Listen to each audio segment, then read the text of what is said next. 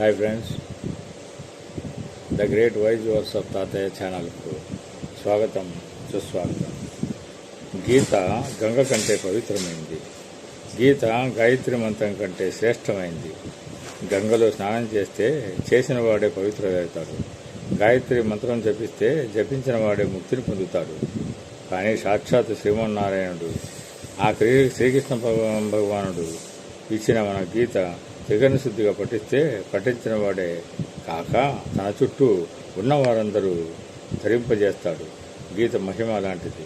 గీత పఠనము మనిషిని ఉత్తమోత్తమునిగాను, శక్తివంతునిగాను, సంస్కారవంతునిగాను తీర్చిదిద్దగలుగుతుంది.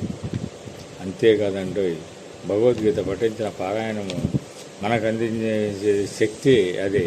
ఎల్లప్పుడూ యాంత్రిక జీవితాన్ని సాగిస్తున్న మానవునికి నిత్య నూతన శక్తిని, ధైర్య సాహసాల్ని, శక్తి సామర్థ్యాలను అందిస్తూ దాంతోపాటు మానసిక ఆనందాన్ని, చిత్త ప్రశాంతతను కూడా అందిస్తుంది. పరిపూర్ణ మానవత్వానికి, మానవ జీవన గమనానికి చక్కని రాజబాట శ్రీ భగవద్గీత.